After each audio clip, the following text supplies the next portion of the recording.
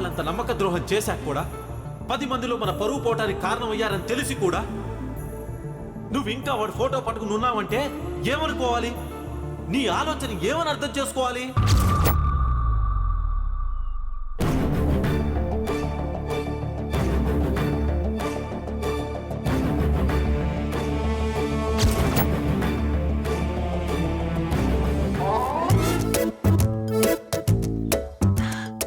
బాబాయ్ బాబాయ్ బాబాయ్ ఏం కొట్టాడు?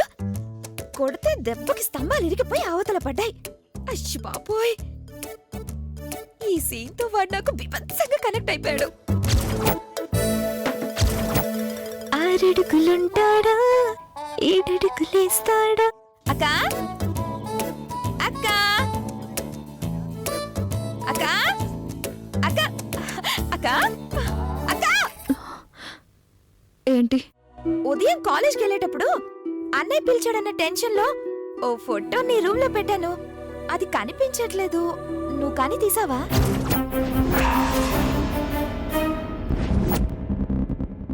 ఏ ఫోటో? అదేనక్క, ఎదురింట్లో కత్తి లాంటి కుర్రాడు ఉన్నాడని చెప్పాను కదా, వాడి ఫోటో.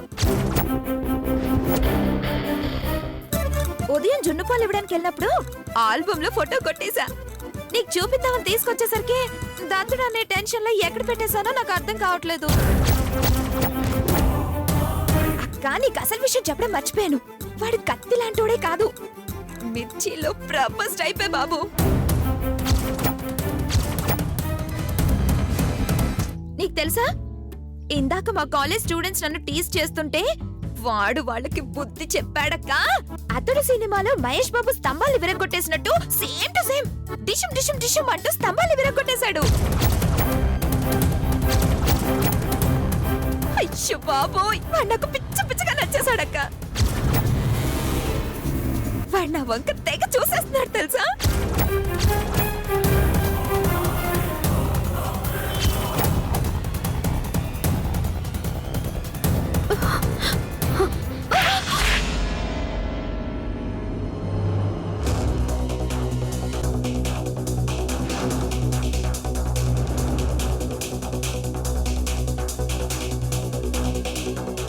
పిచ్చి పిచ్చి వేషాలు వేసావనుకో చంపేస్తాను.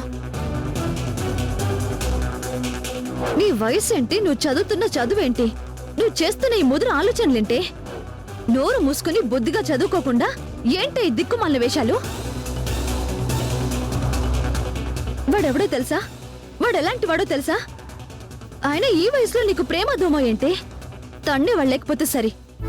అదేంటక్క, ఈ వయసులో కాకపోతే నాన్నమ్మ వయసులో ప్రేమిస్తారా? నోరెత్తావంటే చంపేస్తాను. ఈ పిచ్చి పిచ్చి వేషాలన్నీ పక్కన పెట్టి బుద్ధిగా చదువుకున్నావా? సరే సరి.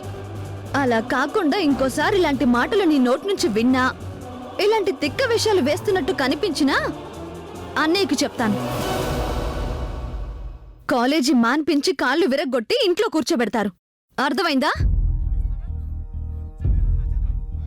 నీ పెళ్లి చెడిపోయిన దగ్గర నుంచి నువ్వు అందరినీ మోసగాళ్ళలాగానే చూస్తున్నావు. వాడు నిన్ను మోసం చేసిన లాంటి వాడు కాదు, చాలా చాలా మంచోడు తెలుసా. నాకు కత్తి లాంటి కుర్రోడు దొరికాడని నీ కొళ్ళు. స్మైలీ,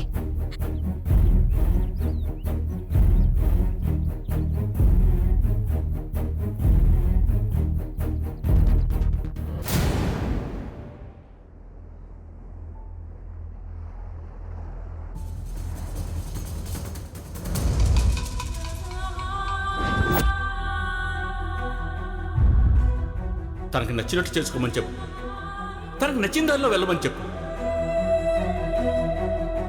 ఇంతకుముందు పరువు పోయింది. ఈసారి మహా అయితే ప్రాణాలు పోతాయి, అంతేగా?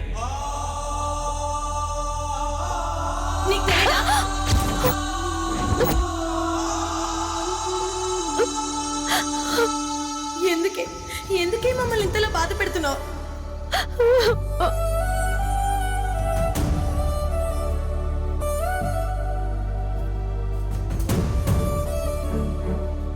నా మనసులో వాడు గాని వాడి జ్ఞాపకాలు గాని ఏవి లేవు.